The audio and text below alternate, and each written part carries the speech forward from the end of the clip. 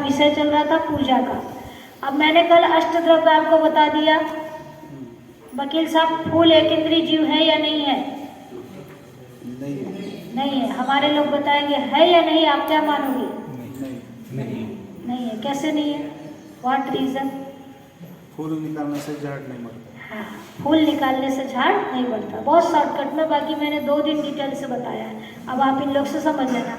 अब हमने पूजा की विधि सीखना है, पूजा कैसे करना है ना। अरहंत सिद्ध 5 कुंज भगवान को चढ़ाना, वो दर्शन विधि बताई थी। आप कैसे करना, पूजा कैसे करना है ना। तो मुझे, चलो मैं भाव पूजा बता रही हूँ। ओम ह्रीम श्री शांतिनाथ जिनेन्द्र अत्र स्थापना आह्वान कैसे करते हैं ना, देखो बहुत अच्छे से देखना। ओम ह्रीम श्री शांतिनाथ जिनेन्द्र या 10 लक्षण जो भी आप बोलोगे, स्थापना कैसे करना। ओम ह्रीम श्री उल्टा कर लो। ओम ह्रीम श्री, पहले मेरे को देख लो फिर मैं सिखाऊंगी। ओम ह्रीम श्री शांतिनाथ जिनेन्द्र अत्र अवतर समोसे चौहान। पहले तो थाली में पहले वो तो बताया नहीं मैंने। पहले थाली में क्या बनाना है? स्वस्तिक। स्वस्तिक किस विधि से बनाना? आप लोग जो टप्पे टप्पे लगाते हो, कोई जरूरत नहीं लगाने की। बैठे बैठे कैसे करते रहते भगवान में, कितने टिप्पे लगाते हैं, आधा घंटा तो उसी में लगा देते हैं।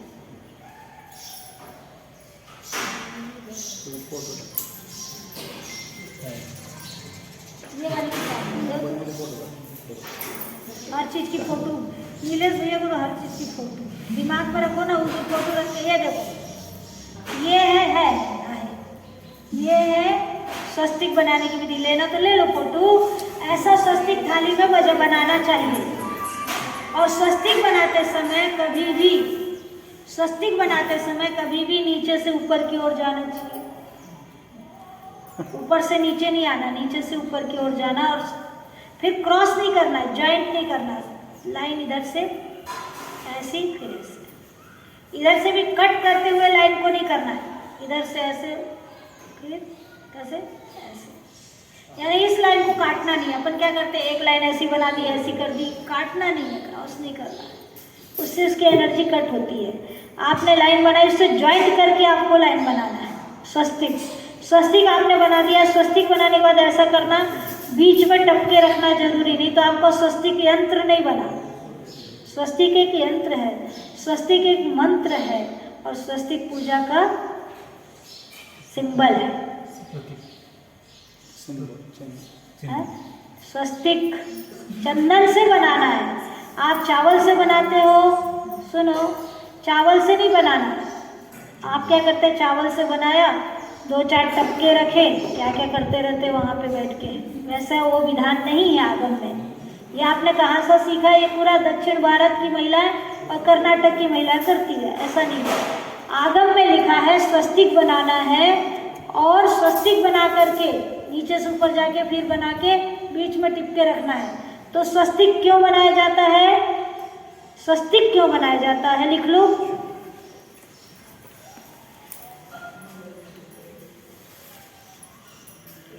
थाली में स्वस्तिक क्यों बनाया जाता है?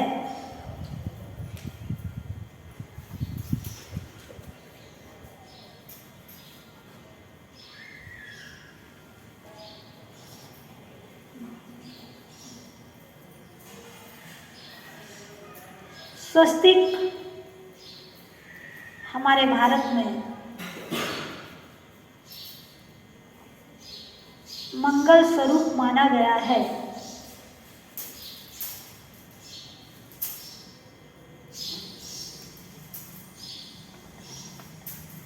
जैन धर्म में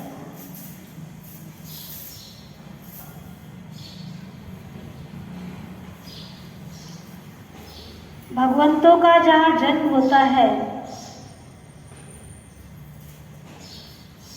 उस अयोध्या के सेंटर में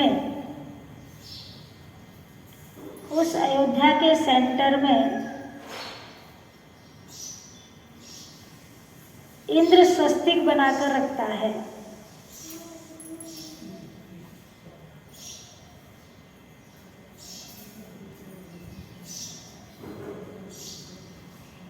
स्वस्तिक बनाकर रखता है। कितना भी प्रलय आ जाए,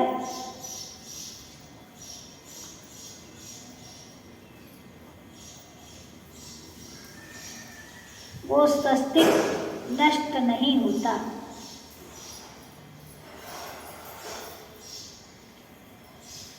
फिर उसी स्वस्तिक को देखकर अयोध्या नगरी का निर्माण होता है। सिंबल है।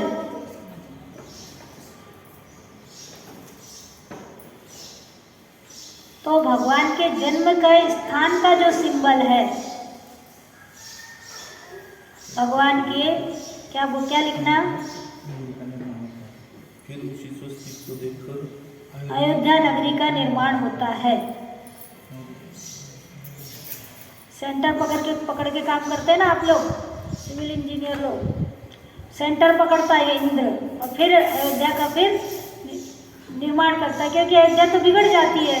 प्रलय आता जब अयोध्या का नाम निशान खत्म हो जाता, फिर वहाँ जाते, हम देख कर आए वो स्थान। भगवान की वेदी है, भगवान की वेदी के नीचे कलश स्वस्तिक है, कलश है और उसमें दीपक जलता रहता है। प्रलय होने के बाद भी वो दीपक वहाँ रहता है, साइंस है हमारा। तो स्वस्तिक क्या लिखा, इंद्र स्वस्तिक बनाता है, कितना भी प्रलय आ जाए स्वस्तिक नष्ट नहीं होते हैं। हाँ, उसी स्वस्तिक को देखकर अयोध्या नगरी का निर्माण होता है। तो हमारे भगवान के जन्म स्थान से लेकर के मोक्ष स्थान तक, जन्म स्थान से लेकर मोक्ष स्थान तक स्वस्तिक का महत्व होता है। जन्म स्थान से लेकर मोक्ष स्थान तक स्वस्तिक का महत्व होता है।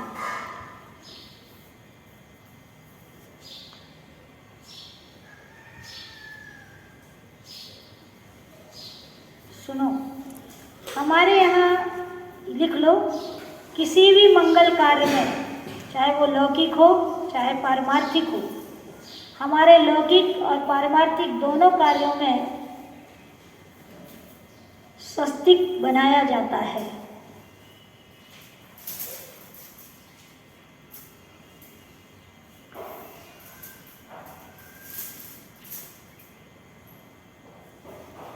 भारतीय परंपरा में स्वस्तिक के बिना कोई भी कार्य आरंभ नहीं किया जाता।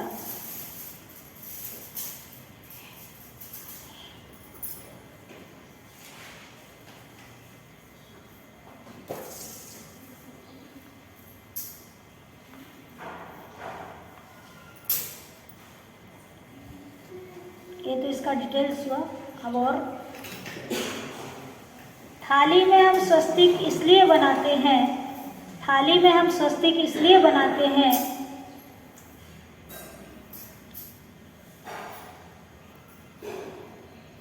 कि स्वस्तिक की चारों भुजाएं, स्वस्तिक की चारों भुजाएं हमें चतुर्गति के दुख से बचाए, चतुर्गति के दुख से बचाए। तो मेन विषय है बेटा, लिखना चाहिए। चतुर्गति के दुख से बचाए और ऊपर सिद्ध शिला बनाते हैं। चतुर्गति के दुख से बचाए, तुक नहीं लगाना, दिनवाणी है। स्कूल क्या, दुखों से बचाए और सिद्ध शिला के सुख में पहुंचाए, इसलिए ऊपर सिद्ध शिला बनाते हैं।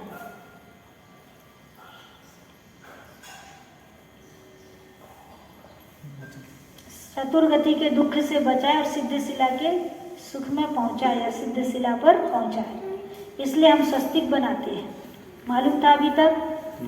स्वस्तिक बना लेते थे, बस हो गया है ना। और स्वस्तिक के बीच में, अब लिखो मत, समझ लो, स्वस्तिक के बीच में जो टिम्ब रखते हैं वो किस लिए रखते हैं?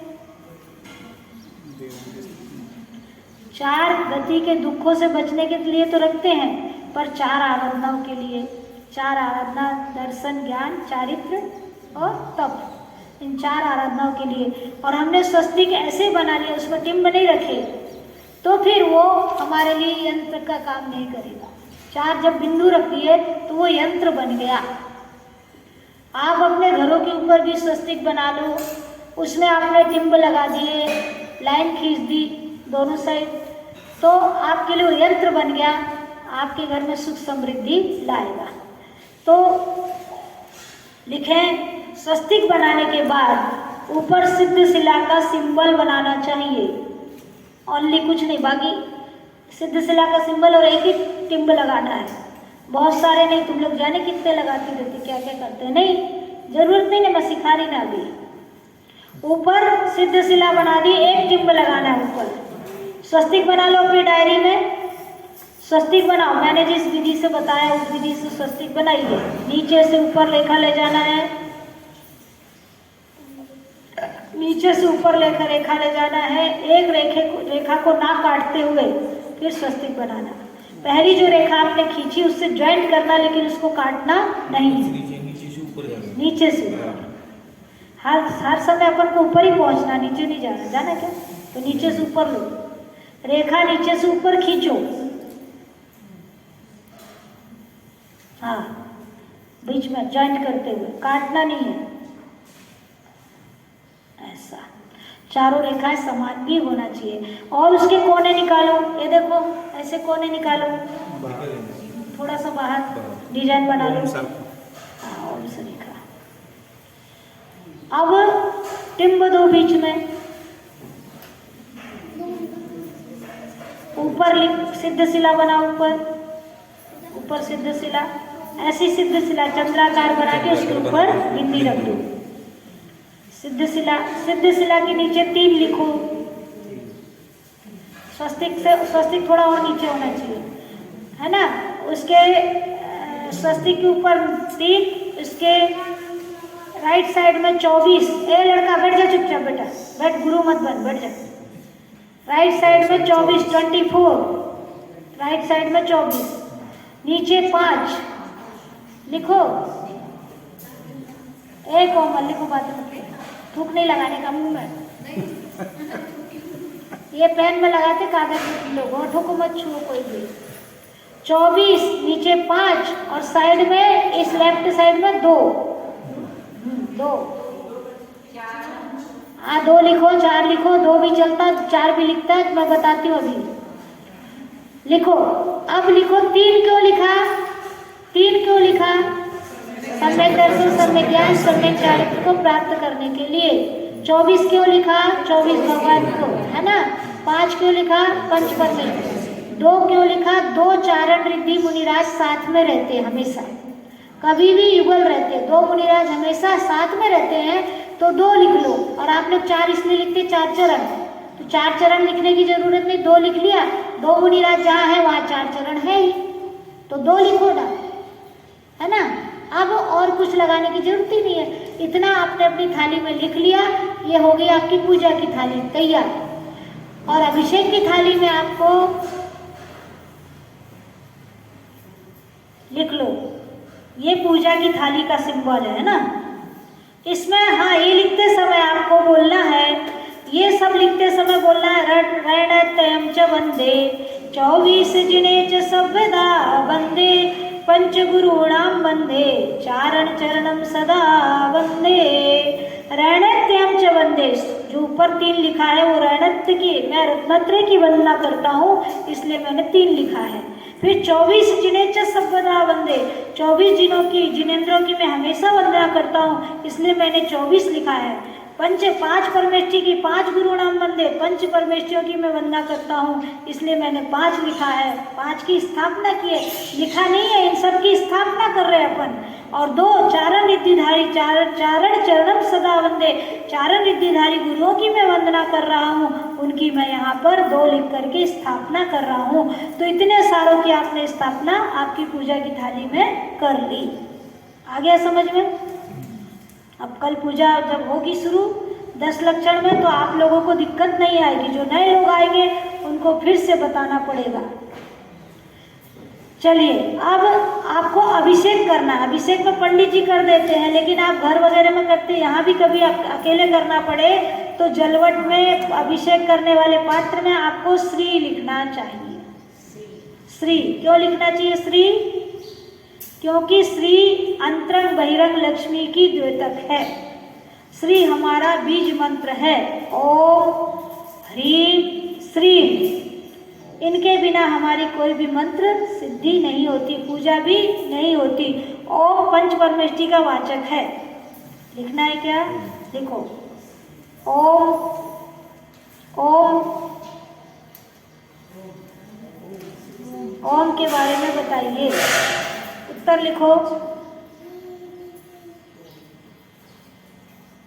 ओम प्रणव अक्षर है। मैं मेडिटेशन में बताऊंगी वैसे। ओम प्रणव अक्षर है।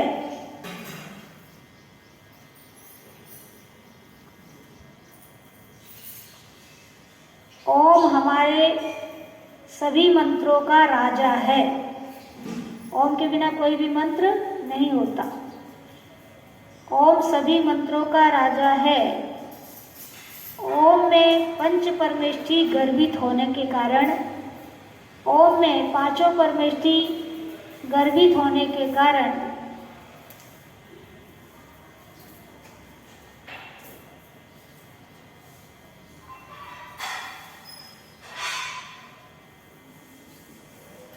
महान माना गया है।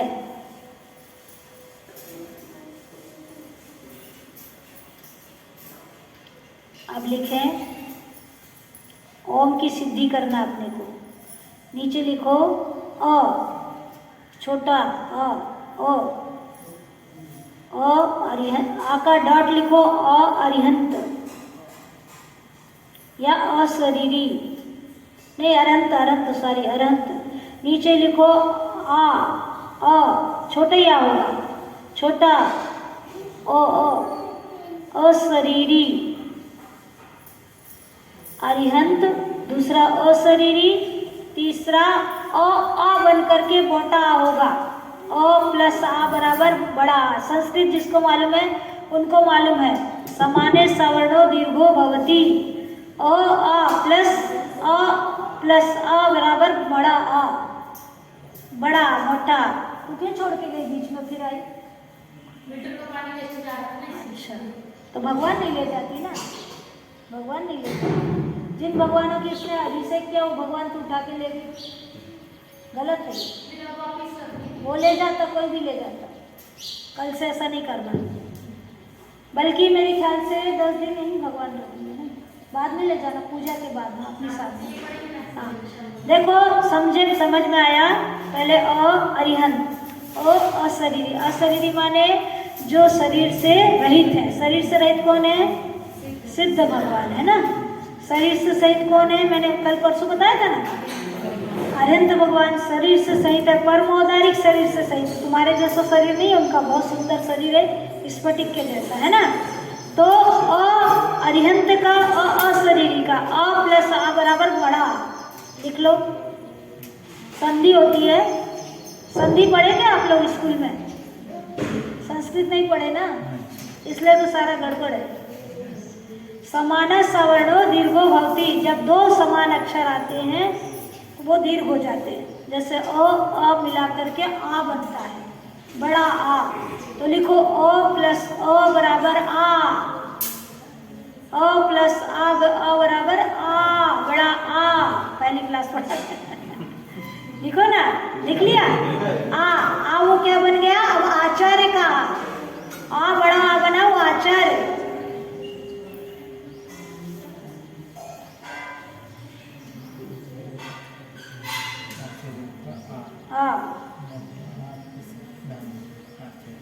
मेरे हाथ को बाल घूम गए।